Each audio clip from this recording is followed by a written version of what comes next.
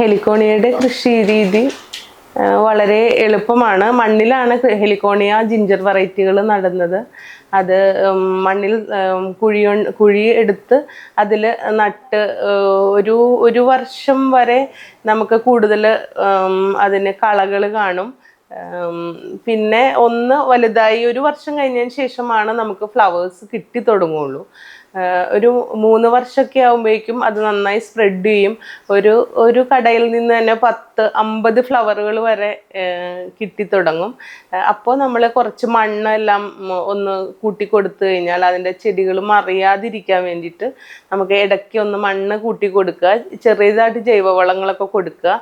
ഇത്രേ എളുപ്പമാണ് കൃഷി രീതി. നനയാണ് ഹെലിക്കോണിയ ജിഞ്ചർ വെറൈറ്റികൾക്ക് ഏറ്റവും ആവശ്യം. ഗാർഡനിലേക്ക് കൂടുതലായിട്ട് പോണത് അപ്പോൾ നമുക്ക് വിപണിയുണ്ട്, ഇതിൻ്റെ തൈകൾക്കും നമുക്ക് നല്ല വിപണിയുണ്ട്.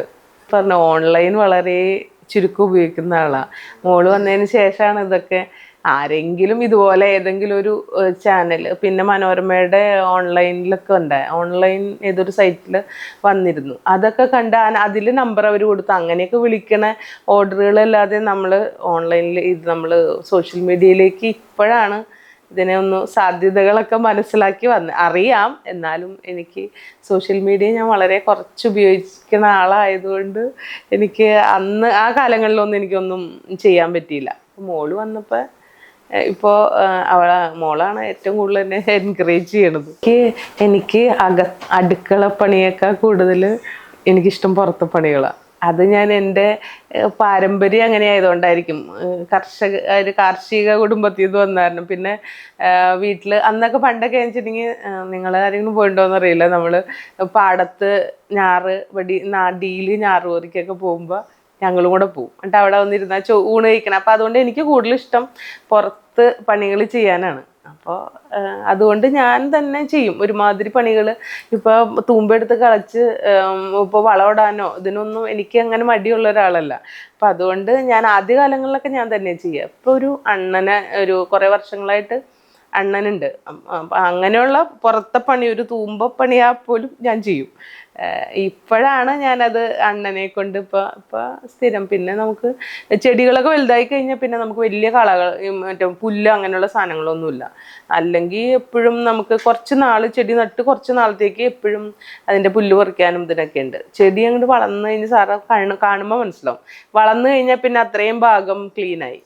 അപ്പോൾ അതുകൊണ്ട് അതും ഒരു നല്ല, നമ്മുടെ ഇപ്പോൾ പറമ്പിലായാലും അങ്ങനെ കാട് പിടിച്ച് കിടക്കാണ്ടിരിക്കണമെങ്കിൽ അത്യാവശ്യം നമുക്ക് എനിക്കിപ്പോൾ ഫ്ലവർ തികയണില്ല.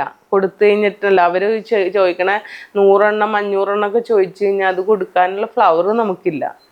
അപ്പോൾ ഇതിന് നല്ലൊരു സാധ്യതയുണ്ട്. അപ്പോൾ ഇതിൻ്റെ ഒരു എസൻസ് എന്ന് പറഞ്ഞില്ലേ, അതും കൂടെ വന്നു കഴിഞ്ഞാൽ ഈ ജിഞ്ചർ വെറൈറ്റികൾക്ക് ഭയങ്കര. അതുപോലെ തന്നെ എനിക്ക് കോഴിക്കോട് നിന്ന് കുറേ സയൻറ്റിസ്റ്റുകൾ വന്നു ഒരു പ്രാവശ്യം. അവർ വന്നത് ജിഞ്ചറിൻ്റെ തന്നെ ഒരു വെറൈറ്റി അവർക്ക് കിട്ടിയിട്ടില്ല എന്ന് പറഞ്ഞിട്ട്, സിഗാർ ജിഞ്ചർ എന്ന് പറഞ്ഞിട്ട് അതിൻ്റെ തൈ കൊണ്ടുപോകാനായിട്ട് അവരിവിടെ ഒരു 10 പേര് വന്നിട്ടുണ്ടായിരുന്നു. അങ്ങനെ സാധ്യതകളുണ്ട് ഇതിന്. പക്ഷെ നമ്മളതനുസരിച്ച് എല്ലാ രീതിയിലും ഇപ്പോൾ സോഷ്യൽ മീഡിയയൊക്കെ ആയാലും അതൊക്കെ യൂട്ടിലൈസ് ചെയ്യുകയാണെങ്കിൽ ഇതിന് നല്ലൊരു സാധ്യതയുള്ള മേഖലയാണ്. കാരണം ഈ ഫ്ലവറുകൾ കണ്ടു കഴിഞ്ഞാൽ പ്ലാസ്റ്റിക് പോലെയാണ് തോന്നണേ. പക്ഷേ അതിൻ്റെ ആ ഒരു ഭംഗിയും ഇതെല്ലാം കൂടെ പക്ഷെ ഈ ഒരു ഇതെടുക്കുമ്പോൾ എനിക്ക് ടോർച്ച് ജിഞ്ചർ ഇല്ല. അതിന് ശേഷമാണ് ഞാൻ ടോർച്ച് ജിഞ്ചർ എന്ന് പറഞ്ഞ വെറൈറ്റി കൂടുതലായിട്ട് മറ്റേ മഴവിൽ മനോരമ വരുമ്പോൾ എനിക്ക് ഹെലിക്കോണിയയുടെ കുറേ വെറൈറ്റീസേ ഉള്ളൂ. അന്നുള്ള ഈ ഐറിഷ് ബിനാക്കി എന്ന് പറഞ്ഞത് ഇപ്പോഴും ഡിമാൻഡാണ്. അപ്പം ഇത്രയും വർഷങ്ങളായിട്ടും അതിൻ്റെ ഡിമാൻഡ് കുറഞ്ഞിട്ടില്ല. അന്ന് അതിൽ ഞാൻ പറയണില്ല, ഞാൻ ചെയ്യുമ്പോൾ തൊട്ട് അവരിപ്പോൾ 10 വർഷം മുമ്പ് വരെ ഐറിഷിന് ഡിമാൻഡ് ഉണ്ട്. ആ സെയിം ഡിമാൻഡ് തന്നെയാണ്. പക്ഷെ നമ്മളത് ശ്രദ്ധിച്ചില്ലെങ്കിൽ ഇങ്ങനെ കാട് കയറി പോകുന്നു മാത്രം. അത് കറക്റ്റായിട്ട് കട്ട് ചെയ്ത് നിർത്തുകയാണെങ്കിൽ നമുക്ക് നല്ല റെഡ് ഫ്ലവറാണ് നോർത്ത് ഇന്ത്യയിലേക്ക് കൂടുതലായിട്ട് കയറി പോകുന്നത്. അവർക്ക് ഏറ്റവും ഇതുള്ളത് റെഡ് ഫ്ലവറിനോടാണ്. അപ്പോൾ അതുകൊണ്ട് ഐറിഷ് ഒരു കാലത്തും ഡിമാൻഡ് പോവാത്ത ഫ്ലവറാണെന്നാണ് എൻ്റെ വിശ്വാസം. പിന്നെ നമ്മുടെ അംബാനിയുടെ മകൻ്റെ കല്യാണത്തിന് അന്ന് ടോർച്ച് ജിഞ്ചറാണ് കൂടുതൽ പോയത്. ഐറിഷും ടോർച്ച് ജിഞ്ചറൊക്കെ പോയി. പക്ഷെ നമ്മുടെ കയ്യിൽ നിന്ന് പോയത് ഒരുപാട് കേരളത്തിലെ കർഷകരുടെ കയ്യിൽ നിന്ന് പോയതിൽ ഒരു ചെറിയൊരു പാർട്ടാണ് നമ്മുടെ കയ്യിൽ നിന്ന് പോയത്. പക്ഷെ ഞാൻ അന്ന് ഏത് ലൈവ് സ്റ്റോറീസ് എന്നും പറഞ്ഞിട്ടൊരു, ഞാൻ അറിയാതെ അങ്ങ് പറഞ്ഞുപോയി. അവരത് ഹെഡ്ലൈൻ ഇട്ടു, അംബാനിക്കും ഐശ്വര്യ റായിക്കും പൂക്കൾ കൊടുക്കുന്ന വീട്ടമ്മന്ന്. അതൊരു 200K അതിൽ കൂടുതൽ പോയി ആ ഒരു വീഡിയോ. അതൊക്കെ കണ്ടിട്ടാണ് നമ്മളെ പ്ലാന്റ് ഉണ്ടോ എന്ന് ചോദിച്ചു വിളിക്കണേ. അതിലും നമ്മൾ വളരെ ചെറിയ ഇതിന് മാത്രമേ റെസ്പോണ്ട് ചെയ്യാറുള്ളൂ. മോള് വന്നതിന് ശേഷം അങ്ങനെയൊക്കെ അത് അവർ വരണ മെസ്സേജസ് ഒക്കെ നോക്കിയാലാണല്ലോ കുറേ പേര് പ്ലാന്റ് ചോദിച്ചു വിളിച്ചിട്ടുണ്ടായിരുന്നു. അതൊന്നും നമ്മൾ യൂട്ടിലൈസ് ചെയ്തില്ല. ഞാൻ പറഞ്ഞു ഇവിടെ ഏതെങ്കിലും ഒരു ഡീലർ ഉണ്ടാവും, ഹോൾസെയിൽ ഡീലർ ഉണ്ടാവും. അവരിപ്പോ നമുക്കുള്ള എല്ലാ സ്ഥലത്തുനിന്നും കട്ട് ചെയ്യുന്നുണ്ടാവും. എൻ്റെ പോലെ തന്നെ പല കർഷകരുടെ നിന്നും പോയിട്ടുണ്ട്. പക്ഷെ ഞാൻ നമ്മൾ കൊടുത്തത് നമുക്കറിയാം. അവർ നമ്മളോട് പറഞ്ഞിട്ട് നിന്നെ കല്യാണത്തിനാ പോണേന്ന് പറഞ്ഞു. പക്ഷെ അതുപോലെ തന്നെ എൻ്റെ കൊടുത്തതിലും ഇരട്ടികൾ കൊടുത്ത ആൾക്കാർ നമ്മുടെ കേരളത്തിലുണ്ട്. പക്ഷെ പേര് വന്നപ്പോൾ അത് എൻ്റെ പേരിലായി പോയത് മാത്രം. ജിഞ്ചർ, ഐറിഷ് മിനാക്കി, ടോർ ജിഞ്ചർ, അങ്ങനെ ട്രോപ്പിക്കൽ ഫ്ലവേഴ്സ് എല്ലാം തന്നെ നമ്മുടെ അടുത്ത് നിന്ന് കൊണ്ടുപോയി. സിഗാർ, അങ്ങനെ കുറേ വെറൈറ്റികളും കൊണ്ടുപോയത്. ഐശ്വര്യ റായിയുടെ കല്യാണത്തിന് ഞാൻ പറഞ്ഞില്ലേ പടക്കവാഴ എന്ന് പറഞ്ഞില്ലേ, പടക്കവാഴ എന്ന് പറഞ്ഞാൽ നിങ്ങളിപ്പോൾ പറയും ഇതാണോ എന്ന് ചോദിക്കും. ഐശ്വര്യ റായ് മോളൊന്ന് കാണിച്ചു കൊടുത്തപ്പോൾ ഐശ്വര്യ റായിയുടെ കല്യാണത്തിന് അതിൻ്റെ ഒരു 10-20 പീസ് അന്നൊക്കെ നമ്മൾ തുടങ്ങിയതാ. അപ്പം ഞാനിത് വെട്ടിക്കളയണം, അതായത് ഇത് ആർക്കും വേണ്ടാത്തൊരു സാധനം വെട്ടിക്കളയണം എന്ന് വിചാരിച്ചിരുന്നപ്പോഴാണ് അതിൻ്റെ ഒരു ചെറിയൊരു പോർഷൻ നമ്മുടെ കയ്യിൽ നിന്ന് പോയിന്ന് മാത്രം. പക്ഷെ ഒരു പൂവായാലും ഒരു പൂവ് അങ്ങോട്ട് പോയല്ലോ എന്ന് വിചാരിച്ചിട്ടാണ് നമ്മൾ പറഞ്ഞത്. അപ്പോൾ അങ്ങനെ അത് ഐശ്വര്യ റായിയുടെ കല്യാണത്തിന് അന്ന് നമ്മൾ തുടങ്ങിയിട്ടേ ഉള്ളൂ. തുടങ്ങിയ ഉടനെ തന്നെയാണ് ഈ ഒരു കല്യാണമായിരുന്നു. ചെയ്യിക്കണത് നമ്മളാണോ എന്ന് ചോദിച്ചാൽ നമുക്ക് ചെറിയ, അതായത് ഇപ്പോൾ ഞാനൊരു കഴിഞ്ഞ ദിവസം ഒരു 10 ലീഫ് എന്ന് പറഞ്ഞിട്ടുണ്ടെങ്കിൽ ഒരു മോൺസ്റ്റീറ എന്നൊക്കെ പറഞ്ഞിട്ട് ലീഫുണ്ട്. ഞാൻ പലതിൻ്റെയും പേര് മറന്നു പോവുക. ആ ലീഫ് നമ്മൾ 10 ലീഫിന് അവർ എനിക്ക് ഇവിടെ നിന്ന് ഊബർ വിളിച്ച് കൊടുത്തുവിടാൻ പറഞ്ഞു. അപ്പം നമ്മൾ ശരിക്കും അതൊരു 20-25 രൂപയ്ക്കാണ് കൊടുക്കാറ്. അപ്പോൾ അവർ 50 രൂപയായാലും വേണ്ടില്ല. പക്ഷെ എനിക്ക് 10 ലീഫിന് 500 രൂപ കിട്ടണുള്ളൂ. പക്ഷേ ഊബറിൻ്റെ റേറ്റ് 750 രൂപയാണ്, മനസ്സിലായോ? പക്ഷെ അവർ കുഴപ്പമില്ല എന്ന് പറഞ്ഞ എറണാകുളം പാലാരിവട്ടത്തേക്ക്. അപ്പം എന്ന് പറഞ്ഞ പോലെ ഞാനിപ്പോൾ ഒരു 30 രൂപയ്ക്ക് കൊടുക്കണ ഫ്ലവർ അവിടെ എറണാകുളത്ത് ഷോപ്പിൽ വരുമ്പോൾ 90-100 രൂപയ്ക്കൊക്കെ അവർ ഷോപ്പിൽ നിന്ന് പോണത്. അതാണല്ലോ നമ്മൾ ഇടനിലക്കാർ. നമുക്ക് നമ്മളെക്കാൾ കൂടുതൽ ഒരു 30-40 വരെയാണ് നമുക്ക് ഇവിടെ കിട്ടുന്ന ഫ്ലവേഴ്സിൻ്റെ വില. പിന്നെ അവിടെ പോകുമ്പോൾ ഷോപ്പിൽ പോകുമ്പോൾ ചിലപ്പോൾ അത് അവർ കൊടുക്കണത് ചിലപ്പോൾ ഡൽഹി മാർക്കറ്റിലേക്ക് പോകണത് ചിലപ്പോൾ 100 രൂപയ്ക്കായിരിക്കാം. അത് അവരെ ഡിപ്പെൻഡ് ചെയ്താണല്ലോ, അവരുടെ ഇതാണ്. നമുക്ക് ഡയറക്റ്റ് ചെയ്യാനിപ്പോൾ നമുക്കൊരു ഇപ്പം മോള് വന്നതിന് ശേഷം എനിക്കിത് എന്തെങ്കിലുമൊക്കെ ചെയ്യണം എന്നൊരാഗ്രഹമുണ്ട്. നമുക്കൊരു ബാക്ക് സപ്പോർട്ട്, കാര്യം ഹസ്ബൻഡ് ചെയ്യും, എന്നാലും നമുക്ക് നമ്മുടെ ഒപ്പം എന്തിനും അങ്ങ് നിൽക്കാൻ ഒരാൾ എന്ന് പറഞ്ഞ പോലെ. പിന്നെ കൂടുതൽ നമുക്ക് സുഖം ഇവർ ഓർഡർ പറയും, നമ്മൾ കട്ട് ചെയ്യും, അവർ വണ്ടി വിടും, കൊണ്ടുപോകും. വേറെ റിസ്കുകളില്ലാതെ പോവാം. കുറച്ചുകൂടെ റിസ്ക് എടുക്കുകയാണെങ്കിൽ നമുക്ക് ഡയറക്റ്റ് ഡൽഹി മാർക്കറ്റിലേക്കൊക്കെ അയക്കാൻ നമ്മൾ ശ്രമിച്ചാൽ നടക്കാവുന്ന കാര്യങ്ങളുള്ളൂ.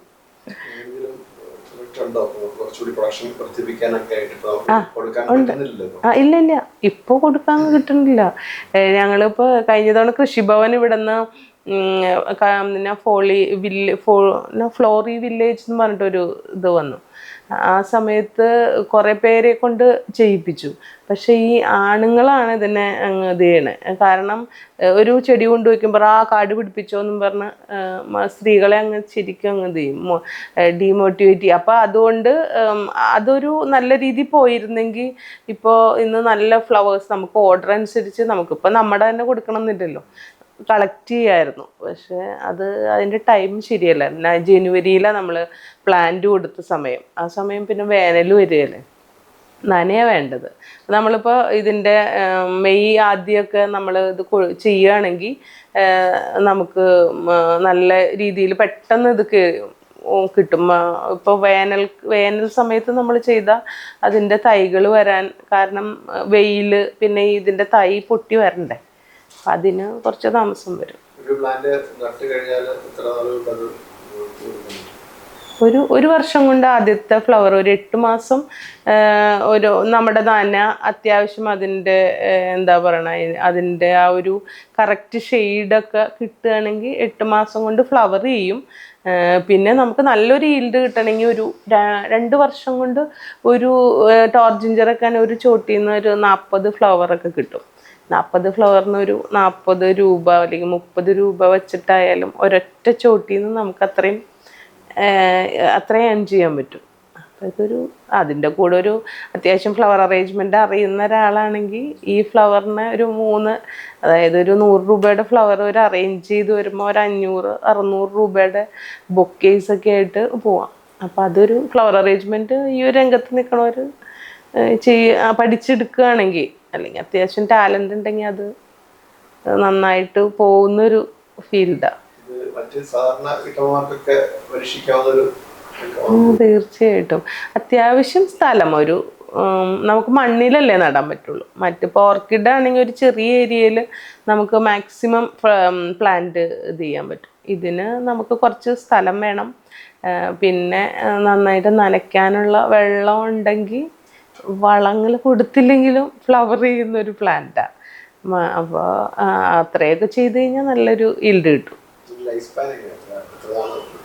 ഈ ഫ്ലവറിൻ്റെ ആണോ ചെടിയുടെ? ഞാൻ പറഞ്ഞില്ലേ, ഞാൻ 5 വർഷം എന്നാണ് പറയണേ. പക്ഷേ ഞാനിവിടെ ചെയ്തിട്ട് 20 വർഷമായിട്ടും ആ ചെടി വെച്ചാൽ ഇത് ഓരോ അടുത്ത കിഴങ്ങ് പൊട്ടി അടുത്ത പ്ലാന്റ് ഉണ്ടാവുകയാണല്ലോ. അതിങ്ങനെ മൾട്ടിപ്ലൈ ചെയ്യുമ്പോൾ നമുക്കൊരു പ്ലാന്റ് അവിടെ നിന്ന് കഴിഞ്ഞാൽ ഒരു 10-20 വർഷം സുഖമായിട്ട് അതിൻ്റെ ഈൽഡ് കിട്ടും. നമ്മളത് കറക്റ്റ് മെയിൻറ്റെയിൻ ചെയ്യണം. അതിൻ്റെ പൂവ് നമുക്കിപ്പോൾ ചില സമയങ്ങളിൽ ഓഫ് സീസൺ ഉണ്ട്. അതൊരു വലിയൊരു വിഷയമാണ്. ഓഫ് സീസൺ വരുമ്പോൾ ഈ ഫ്ലവേഴ്സ് എല്ലാം നിന്ന് പോവും. അപ്പോൾ നമ്മൾ ആ കറക്റ്റ് ആ സീസൺ കഴിയുമ്പോൾ കറക്റ്റ് ഫ്ലവറുകൾ പോയതെല്ലാം കട്ട് ചെയ്ത് നിർത്തുകയാണെങ്കിൽ നമുക്കിത് ഒരു 10-20 വർഷമൊക്കെ വരെ ഒരു പ്ലാന്റ് നിൽക്കണം. അല്ലാതെ വെറുതെ കാട് പിടിച്ച് നമ്മൾ ക്ലീൻ ചെയ്യാതൊക്കെ നിന്ന് കഴിഞ്ഞാൽ അത്ര, അതായത് നമുക്കൊരു ബേർഡനായി മാറുക എന്നല്ലാതെ അതിനെ കറക്റ്റ് മെയിൻറ്റെയിൻ ചെയ്ത് കൊണ്ടുപോയി കഴിഞ്ഞാൽ നന്നായിട്ട് ഈൽഡ് കിട്ടുന്നത്. സത്യം പറഞ്ഞാൽ ഞാൻ വലിയ ഈ ഒരു RCMൻ്റെ ഒരു ചെറിയ വളം ഇടുന്നല്ലാണ്ട് വലിയ കാര്യമായിട്ടൊന്നും തന്നെ ഞാൻ ചെയ്യാറില്ല. വളവും കീടനാശിനിയും വളരെ കുറവ് മതി. 22 വർഷം. മോൻ എൻ്റെ ഇളയാൾക്ക് ഇപ്പോൾ 25 വയസ്സ്. അവനൊരു 3 വയസ്സുള്ളപ്പോഴാണ് തുടങ്ങിയത്. അറിവുകളുണ്ട്.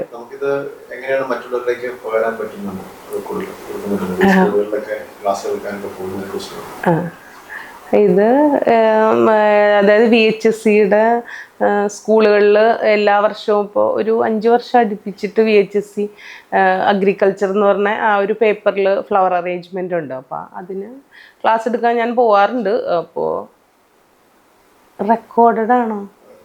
ആണോ? ആണോ? ആണോ? ഈ വിടിയ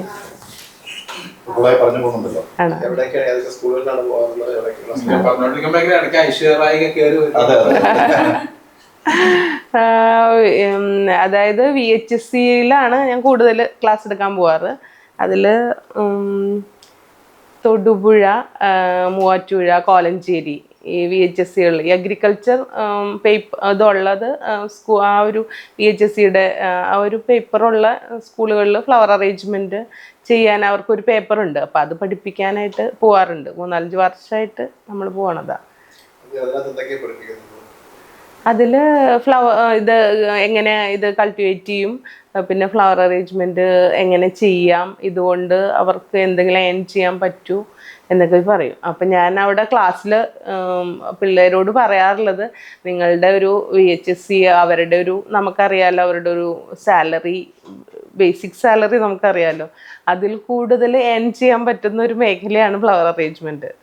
നല്ലൊരു 3-4-5 വർക്ക് നമുക്കൊരു മാസം കിട്ടിയാൽ തന്നെ നമുക്കൊരു നല്ലൊരു പൈസ നമുക്കിതിൽ ഏൺ ചെയ്യാൻ പറ്റും. അത്രയും നല്ലൊരു മേഖലയാണ് ഫ്ലവർ അറേഞ്ച്മെൻറ്റ്.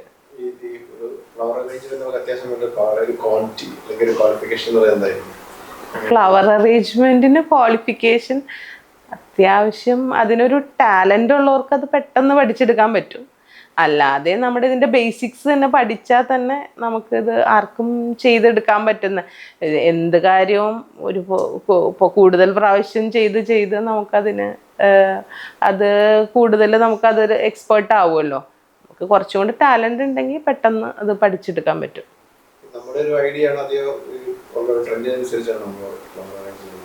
ഫ്ലവർ അറേഞ്ച്മെന്റ് നമ്മുടെ ഐഡിയ ആണ് കൂടുതൽ ചെയ്യാറ്.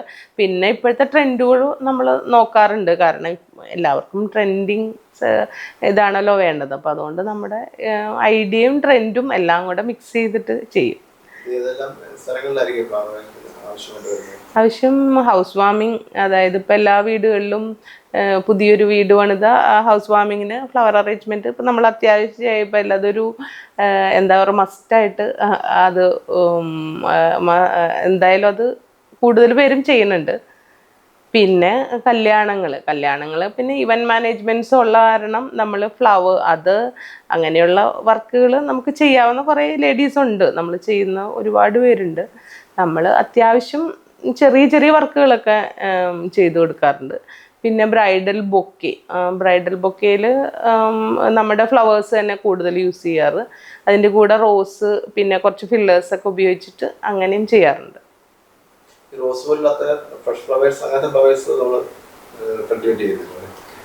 റോസ് നമ്മുടെ ഈ കാലാവസ്ഥയ്ക്ക് അത്ര ഈ ഒരു നമ്മുടെ ട്രോപ്പിക്കൽ നമ്മുടെ കാലാവസ്ഥയിൽ ഊട്ടി അങ്ങനെയുള്ള സ്ഥലങ്ങളിൽ കുറച്ചും കൂടെ ബെറ്ററാണ്.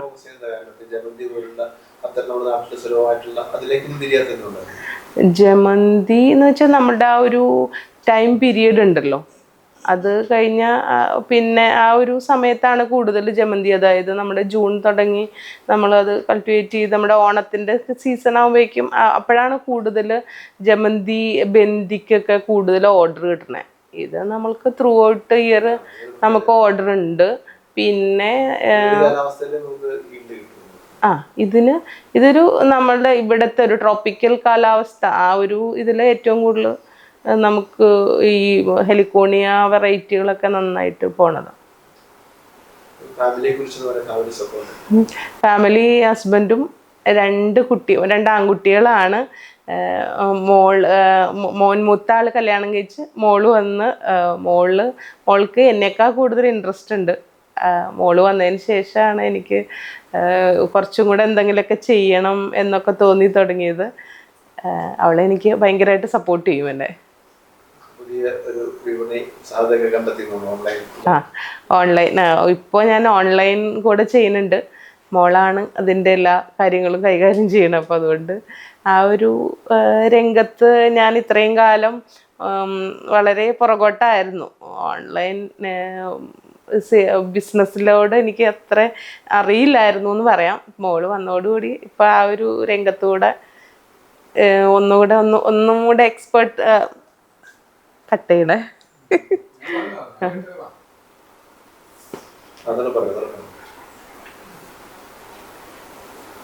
ഇനി എന്നാ ആണോ? ഞാൻ സോഷ്യൽ മീഡിയ വളരെ കുറച്ച് ഉപയോഗിക്കുന്ന ഒരാളാണ്.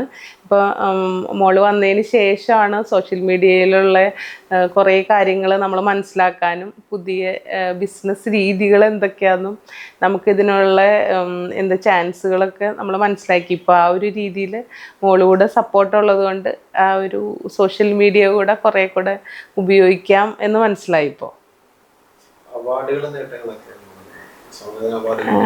ഡോക്ടർ എം എസ് സ്വാമിനാഥൻ സാറിൻ്റെ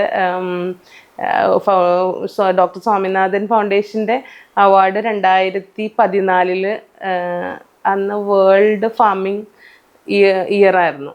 അപ്പോൾ അന്ന് ഡോക്ടർ എം എസ് സ്വാമിനാഥൻ സാറിൻ്റെ കയ്യിൽ നിന്ന് തന്നെ അവാർഡ് വാങ്ങിക്കാൻ സാധിച്ചു. അത് ഭയങ്കര സന്തോഷമാണ്. അതൊരു എനിക്ക് പുതിയ കൃഷി ചെയ്യാനും അതിന് ശേഷമാണ് ഞാൻ കുറച്ചും കൂടെ പുഷ്പകൃഷി ഒന്നുകൂടെ വ്യാപിപ്പിച്ചത്. അതൊരു വലിയൊരു സന്തോഷം. അതൊരു ജീവിതത്തിൽ മറക്കാൻ പറ്റാത്തൊരു അനുഭവമാണ്. അദ്ദേഹത്തിൻ്റെ കൈകളിൽ നിന്ന് തന്നെ അവാർഡ് വാങ്ങിക്കാൻ പറ്റിയത്. അങ്ങനെ സംസാരിക്കാൻ പറ്റിയില്ല. ഞാൻ അദ്ദേഹത്തിന്റെ കാലൊക്കെ തൊട്ട് കഴിച്ചു. അന്ന് എനിക്കറിയാം അദ്ദേഹത്തിന്റെ ആ ഒരു ഇത്. പക്ഷെ അന്നൊന്നും എല്ലാവർക്കും ഡോക്ടർ എം എസ് സ്വാമിനാഥൻ ആരാന്ന് അറിയില്ലാത്ത സമയം. അദ്ദേഹം മരിച്ചതിന് ശേഷമാണ് അതിന്റെ ആ ഒരു മഹത്വം എന്താന്ന് മനസ്സിലാക്കി.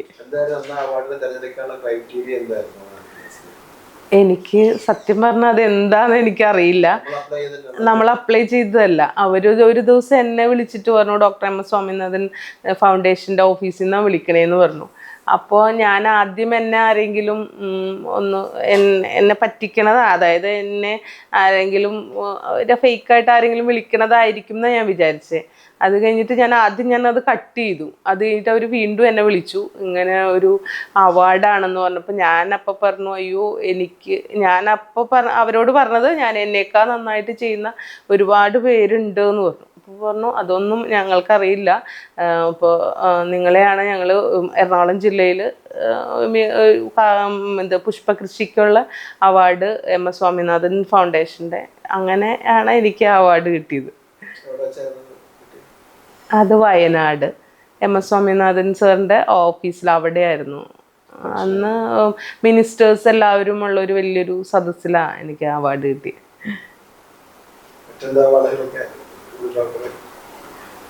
മറ്റേ അവാർഡുകൾ എന്ന് പറഞ്ഞിട്ടുണ്ടെങ്കിൽ ഞാൻ പറഞ്ഞത് നല്ല കാര്യങ്ങൾ ആരും അറിയില്ല. ഞാൻ പറഞ്ഞ ഇവിടെ കൃഷി ഓഫീസിൽ നിന്ന് നമ്മളെ വിളിക്കുമെങ്കിലും ശരിക്കും പറഞ്ഞാൽ ഈ കൃഷി ഭവൻ ഇപ്പോൾ വന്ന കൃഷി ഓഫീസേഴ്സും കൃഷിയുടെ സ്റ്റാഫുകൾ, അതായത് കൃഷി ഓഫീസിലെ സ്റ്റാഫുകൾ ഇപ്പോൾ നന്നായിട്ട് പുഷ്പകൃഷിയെ പ്രൊമോട്ട് ചെയ്യുന്നുണ്ട്. ആ സമയത്ത് കൃഷി എന്ന് പറഞ്ഞാൽ അന്ന് നെൽകൃഷി, അങ്ങനെ വാഴക്കൃഷി, തെങ്ങ്, അതാണ് കൃഷി എന്ന് പറഞ്ഞ് ഇരിക്കുന്നൊരു സമയമായിരുന്നു. എനിക്ക് ഇങ്ങനെ ഒരു അവാർഡ് കിട്ടിയിട്ട് പോലും എനിക്കൊരു അംഗീകാരം ഒരു പഞ്ചായത്തിൽ നിന്ന് അവർക്കറിയില്ലാഞ്ഞിട്ടാണോ എന്നാൽ ഇപ്പോഴത്തെ കൃഷി ഓഫീസർമാരും കൃഷിയുടെ സ്റ്റാഫുകളെല്ലാം തന്നെ നന്നായിട്ട് പ്രൊമോട്ട് ചെയ്യുന്നുണ്ട്. നമുക്ക് എന്ത് സംശയം വന്നാലും നമ്മൾ കുറച്ചും കൂടെ ഇപ്പോഴാണ് ഈ ഒരു പുഷ്പകൃഷി കുറച്ചും കൂടെ എന്താ പറയണേ ഒരു പ്രചാരത്തിൽ വന്ന ഒരു സമയം ഇപ്പോഴാണെന്ന് തോന്നുന്നു.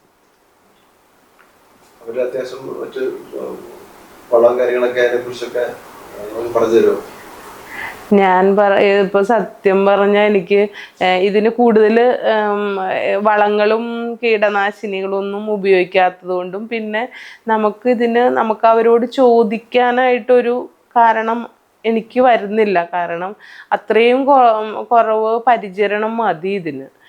വളമോ അല്ലെങ്കിൽ എന്തെങ്കിലും നമുക്ക് കേടൊക്കെ വന്നാലല്ലേ അവരോട് ചോദിച്ചിട്ട് ഇതെന്താ ചെയ്യണ്ടേന്ന് ചോദിക്കാനുള്ള ഒരു സാഹചര്യം എനിക്ക് വന്നിട്ടില്ല. പിന്നെ അവർക്കറിയാവുന്ന എന്തെങ്കിലും കാര്യങ്ങളൊക്കെ ഉണ്ടെങ്കിൽ നമുക്ക് ചോദിച്ചാൽ അവരെല്ലാം പറഞ്ഞു തരും. ഇതിൻ്റെ എസൻസ് എടുക്കാൻ, അതായത് ടോർജിച്ചറിൻ്റെ എസൻസ് എടുക്കാൻ എന്ന് പറഞ്ഞിട്ട് ഇപ്പോൾ 2 തവണ ഇപ്പോൾ നമ്മുടെ കയ്യിൽ നിന്ന് ഫ്ലവറുകൾ വാങ്ങി കൊണ്ടുപോയിട്ടുണ്ട്. അത് ബാംഗ്ലൂർ മാർക്കറ്റിലേക്കാണെന്നാണ് പറഞ്ഞത്. എന്താണ് അതിൻ്റെ സത്യാവസ്ഥ എന്ന് നമുക്കറിയില്ല. അങ്ങനെ വരികയാണെങ്കിൽ ഈ ടോർജിഞ്ചർ എന്ന് പറഞ്ഞ വെറൈറ്റികൾക്ക് നല്ലൊരു ഡിമാൻഡും സാധ്യതകളും കാണുന്നുണ്ട്. കാരണം ഈ ഒരു എസൻസ് എടുക്കാന്ന് വെച്ചാൽ ഓഫ് സീസണാണ് ഏറ്റവും ഈ പുഷ്പകൃഷിയിലെ ഏറ്റവും വലിയ നമ്മുടെ ഒരു വെല്ലുവിളി ഓഫ് സീസണാണ്. ആ ഒരു സമയത്ത് ഇങ്ങനെ ഒരു എസൻസ് അങ്ങനെ ഒരു ഇത് വന്നു കഴിഞ്ഞാൽ കർഷകർക്ക് അപ്പോഴാണ് ഏറ്റവും കൂടുതൽ ഫ്ലവേഴ്സ് ഉള്ള സമയം. അതൊരു എന്താ പറയണേ നമുക്കൊരു മോട്ടിവേഷനാണ്. അങ്ങനെ ഒരു സംഭവം വന്നു കഴിഞ്ഞാൽ അതൊരു വലിയൊരു സാധ്യത കൂടെ ഉണ്ട് ഈ പുഷ്പകൃഷിയിൽ. അതിനെപ്പറ്റി വ്യക്തമായ അറിവുകളൊന്നും കിട്ടിയിട്ടില്ല.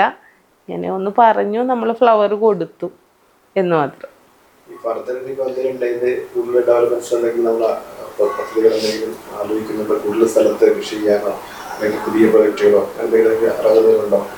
കുറേ ചെടികൾ നമ്മുടെ മണ്ണ് ഇവിടെ പ്ലോട്ടൊക്കെ ക്ലീൻ ചെയ്തപ്പോൾ കുറേ ചെടികളൊക്കെ നമ്മുടെ പോയിട്ടുണ്ട്. അതെല്ലാം നമ്മൾ ഇനി പുതിയ വെറൈറ്റികൾ കൊണ്ടുവരണമെന്ന് ആഗ്രഹം. കാരണം നമ്മൾ റെയർ വെറൈറ്റീസ് അതിന് റേറ്റ് കൂടുതലാണ്. പക്ഷെ നമുക്ക് അത് ആവശ്യക്കാരുണ്ട്. പക്ഷെ അതെല്ലാം പുതിയ പുതിയ വെറൈറ്റികൾ പുതിയത് വരുന്നത് നമുക്ക് കൊണ്ടുവന്ന് നമ്മൾ നട്ടത് ഒന്ന് വിപണിയിൽ എത്തിക്കണം എന്നൊരു ആഗ്രഹം കൂടെ ഉണ്ട്. പപ്പയും മമ്മിയും 87 വയസ്സും 83 വയസ്സുള്ള ആൾക്കാരാണ്. മമ്മി ഒരു ഗവൺമെൻറ് എംപ്ലോയി ആയിരുന്നു എങ്കിൽ കൂടെ പണ്ടു തുടങ്ങിയ കൃഷിയോട് ഭയങ്കര താല്പര്യമുള്ള ആളാണ്.